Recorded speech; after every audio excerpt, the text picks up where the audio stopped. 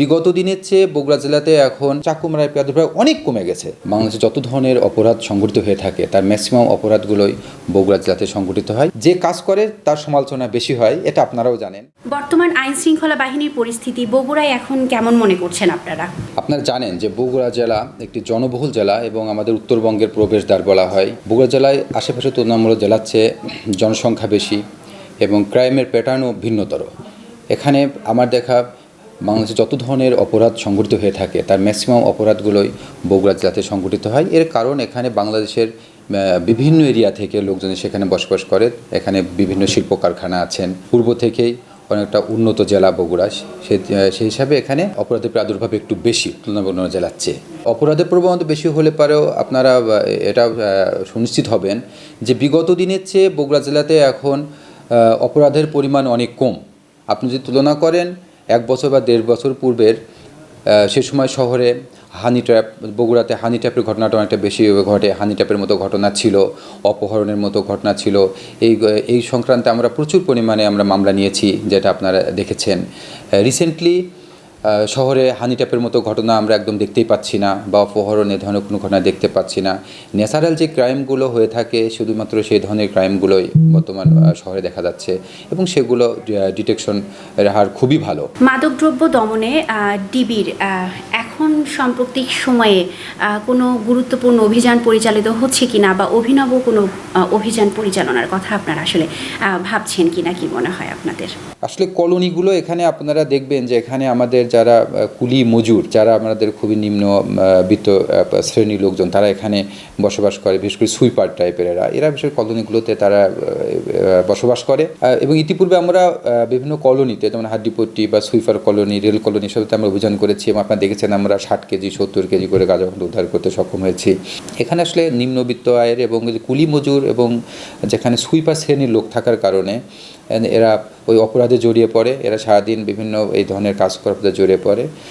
তবু আমরা আমাদের অভিযান অব্যাহত রেখেছি, আমরা কন্টিনিউ। আসলে এটা তো একদম নির্মূল করাটা খুব কঠিন, বাট এটাকে কন্ট্রোল করে আমরা যতটুকু পারি আমরা কন্ট্রোল করছি এবং পূর্বের তুলনায় এখন মাদক প্রাদুর্ভাব অনেক কম। আরেকটি বিষয় হচ্ছে যে আমরা দেখেছি যে আপনি অত্যন্ত চতুরতার সাথে জুলাই হত্যাকাণ্ডের যেই অভিযুক্ত আসামি তাদেরকে আপনি গ্রেফতার করেছেন এবং আইনের আওতায় নিয়ে এসেছেন।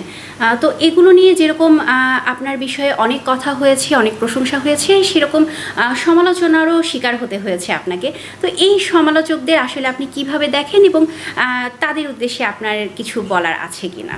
আমাদের মূল দায়িত্ব হচ্ছে যে সমাজের মানুষ যাতে শান্তিতে থাকতে পারে, সুন্দরভাবে বসবাস করতে পারে এবং আইন শৃঙ্খলা আমরা সঠিক রাখতে রাখতে, এটাই আমাদের মূল দায়িত্ব। তো এই মূল দায়িত্ব পালন করতে গিয়ে আসলে কে কোন দল বা জুলাই আন্দোলনের কি, এইটা আমাদের কাছে মুখ্য নয়। যাদের বিরুদ্ধে একাধিক মামলা থাকে, যারা আমরা দেখি যে বিভিন্ন অপরাধের সাথে জড়িত বা তাদের বিভিন্ন ইলিগেন্স আছে, একাধিক মামলা আছে, সেগুলোকে তো গ্রেপ্তার এটা আমাদের রুটিন ওয়ার্ক। এখন আমরা আমাদের রুটিন ওয়ার্কটাই আমরা করেছি বা করি।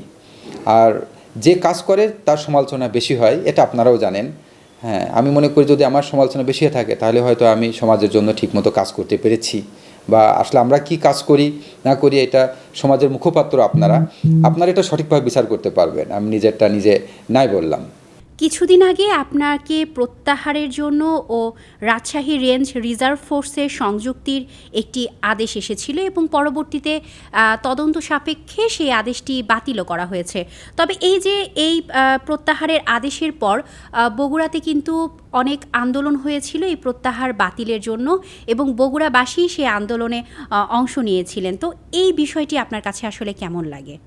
এটা নিঃসন্দেহে আমার জন্য একটা ভালো লাগার বিষয়, বা আমার পুলিশ ডিপার্টমেন্টের জন্য ভালো লাগার বিষয় যে জনগণের এত ভালোবাসা পেয়ে, সরকারি কর্মকর্তা বা কর্মচারীরা যদি জনগণের এত ভালোবাসা পেয়ে কাজ করা যায়, নিঃসন্দেহে একটা আমার জন্য সুখকর, আমার ডিপার্টমেন্টের জন্য সুখকর বলে আমি মনে করি।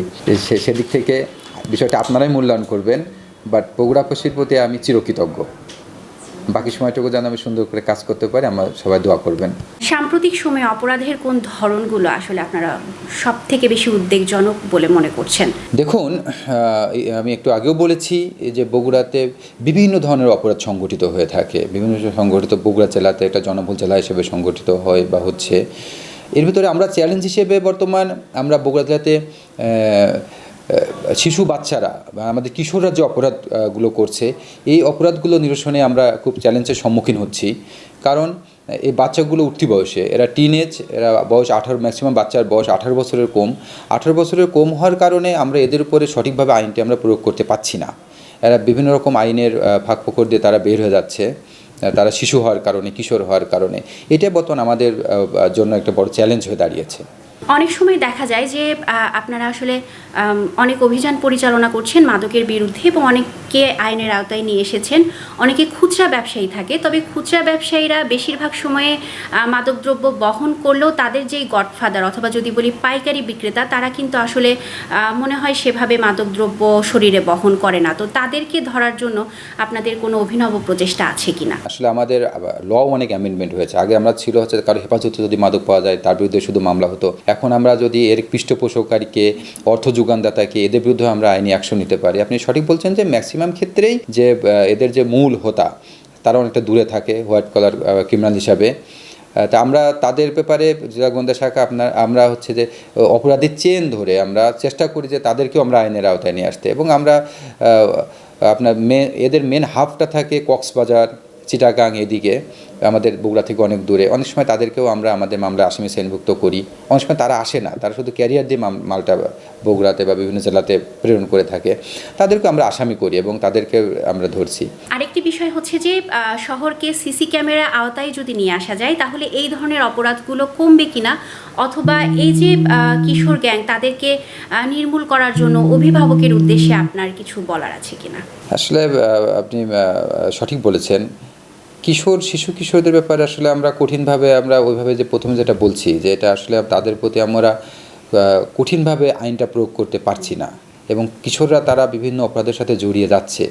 এক্ষেত্রে আইনশৃঙ্খলা বাহিনীর পাশাপাশি তাদের অভিভাবকদের আগে আসতে হবে, আমাদের সুশীল সমাজের লোকজনকেও এগিয়ে আসতে হবে। ডিজিটালি এই অপরাধগুলো দমনের কি কোনো পদক্ষেপের কথা আপনারা ভাবছেন? হ্যাঁ, একটা সুন্দর কথা বলেছেন আপনি। ইদানিং অন্যান্য অপরাধের পাশাপাশি আমাদের ডিজিটাল প্ল্যাটফর্মে অপরাধগুলো অনেকটা বৃদ্ধি পেয়েছে। হ্যাঁ, বিশেষ করে ফেসবুক, টুইটার, এখানে তারা অপরাধীরা বিভিন্ন ধরনের অপরাধ সংগঠন করছে। এই ক্ষেত্রে আমরা তাদেরকে আইনের আওতায় আনছি। শুধুমাত্র পুলিশ দ্বারা আসলে এগুলো নির্মূল করা কঠিন, কারণ একজন গার্জিয়ান যখন তার সন্তানকে ভালোবেসে একটি মোবাইল ফোন বা একটি মোটরসাইকেল এগুলো কিনে দেয়, এগুলো আসলে আমরা আইনশৃঙ্খলা বাহিনীর সদস্য হিসেবে এগুলো আমরা না করতে পারি না। কিন্তু তাদের প্রতি আমাদের অনুরোধ থাকবে যেন বাচ্চা শিশু কিশোরদের বয়স যেন 18 বছর পূর্ণ হওয়ার আগে যেন তাদের হাতে বিশেষ করে অ্যান্ড্রয়েড ফোন বা মোটরসাইকেল এগুলো যেন তুলে না দেওয়া হয়। শহরে সম্প্রতি চাকু শিল্পের অনেক ব্যবহার আমরা দেখেছি। এদেরকে ডিজিটালি আইনের আওতায় আনার জন্য আপনাদের কোনো প্রচেষ্টা আছে কিনা? চাকুর যে বিষয়টা, চাকুর প্রাদুর্ভাবটা আমাদের বগুড়া শহরে বেশি ছিল। ইদানিং আপনারা দেখতে পারবেন যে এমনিতে নর্মালি পারিবারিক মারামারি যেগুলো আছে, কিন্তু চাকু মারার প্রাদুর্ভাব অনেক কমে গেছে।